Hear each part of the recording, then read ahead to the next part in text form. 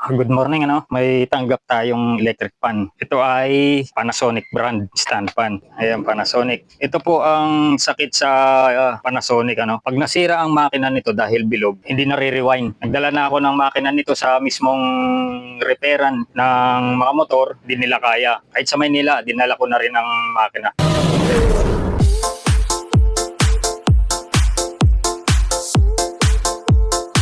Testingin natin kung ano talaga problema nito. Masyadong maliwanag, bukasan natin ang ilaw. So ayan pindot tayo ng isa kahit sa number 1 lang. Tapos sa power cord, dapat may papalo dito. Resistance, kahit hindi na tayo magano na resist, bakit pumalo yan, ibig sabihin buo po ang makina.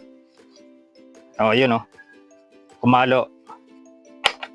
Off, number 2. Number 3. Okay. Problema sa ganito, ayan matigas na itong ayan, hirap ikutin. Naiikot pa ng badya, ayan problema baka masira yung shafting pagka pinilit natin ikutin ito. Buksan na lang natin siya. Ito yung sa linya ng kapasitor. Sa pangalawang pagte-testing natin, dito sa line ng kapasitor, kailangan papalo din talaga. Hindi pa rin kasi natin masasabi kung buo ang makina. Sa line ng kapasitor, itong dalawa na to ay pumalo yan. Hindi natin na resistance, basta pumalo yan, ibig sabihin good siya. Pag pumalo ito, ibig sabihin good. Pero pag hindi pumalo, malamang sira. So yun, pumalo po, nakita nyo? Yan, gumalaw. Ibig sabihin good po ang makina natin. Ganyan, sa lahat ng mga housing po ng motor ng electric fan, ito ang kakaiba. Bilog. Tsaka hindi nakatornilyo, naka-remachi siya. Try natin na baklasin. Teka, test rin nga pala natin muna yung kapasitor niya.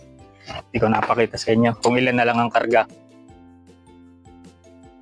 So ayun, tingnan nyo yung reading niya.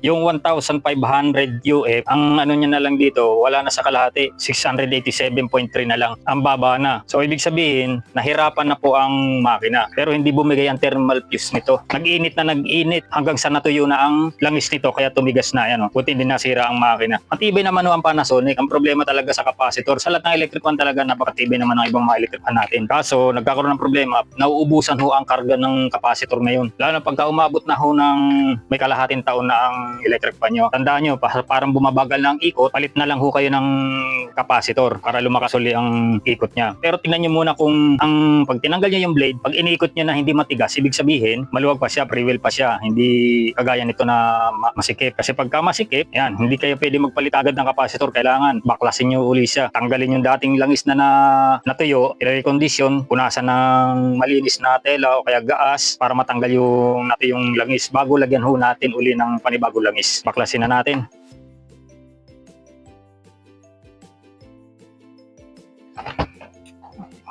Ito, meron siyang lock. Sikwatin natin dito yung lock niya.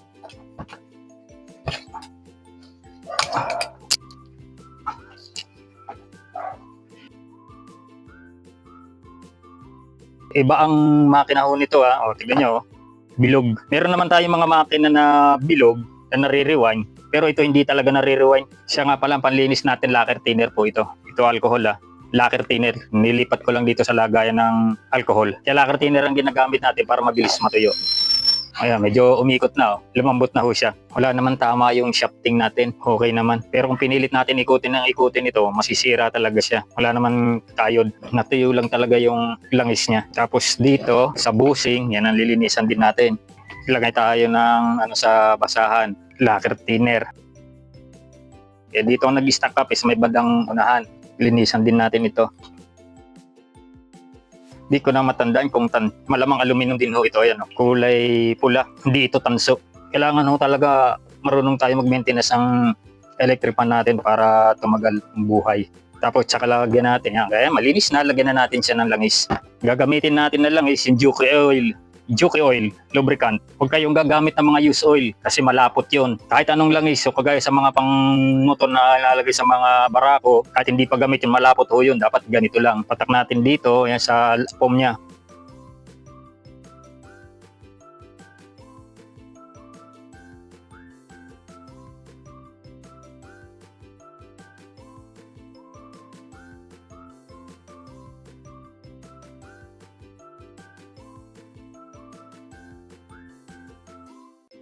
So ito ngayon, isasaksak natin na wala pa siyang kapasitor. Sa mga baguhan pa lang, pwede po natin isaksak siya kahit wala pang kapasitor. Tanong nga, andar ba o hindi? Siyempre hindi. Pero pag tinulak po natin dito yan, tinulak natin kahit paano ang ikot. Pag ganito ang ikot ng electric fan, di ba? Ayan, no? Yung blade pag ganito. Pero pag walang capacitor, tinulak din pag ganyan, iikot din. O, ayan ha, sample o. Saksak na po natin.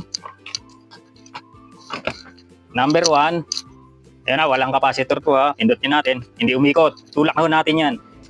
O, ayan. O, tsaka mapipigilan siya. Tulak natin pabalik. O, ayan o. Pag gano'n naman ang ikot. Iba talaga pagka may capacitor. Tignan nyo yung capacitor na original yung nakakabit ito. Ang laki ng katawan. 1.5. Pero ito, ikakabit natin, mas maliit, 1.7 naman. Mas mataas na. Pero makapal naman kasi ang makina nito eh. Malaki. Kaya pwedeng kabitan ho yan ng 1.7 hanggang 2 UF. Talagay natin, pwede nito 1.7 para mas matagal maubos.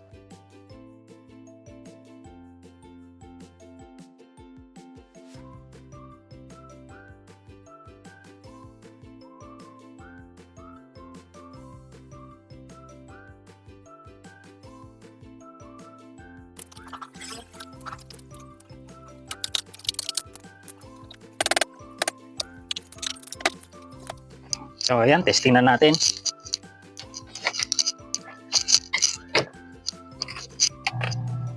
Ikot na, number 1, number 2, number 3.